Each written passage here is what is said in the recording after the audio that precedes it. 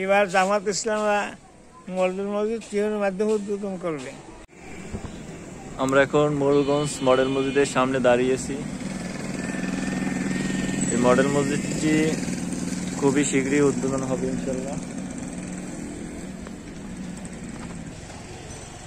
2024 সালের এই নতুনভাবে দেশ স্বাধীন হওয়ার পরে এই মসজিদটা আবারও উদ্বোধন হবে।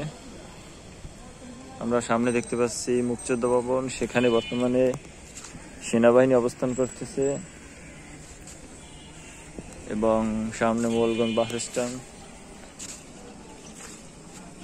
সবকিছুই চেঞ্জ হয়ে গেছে, ভালো লাগতেছে দেখেও। সবার প্রিয় নানু আসতেছে মডেল মসজিদের সামনে। আর মডেল মসজিদ সম্পর্কে কিছু কর, এটা কি উদ্বোধন হবে শিগগির? এবার জামাত ইসলামরা মডেল মসজিদ টিউনের মাধ্যমে উদ্বোধন করবে এবং নামাজ শুরু করবে ইনশাআল্লাহ।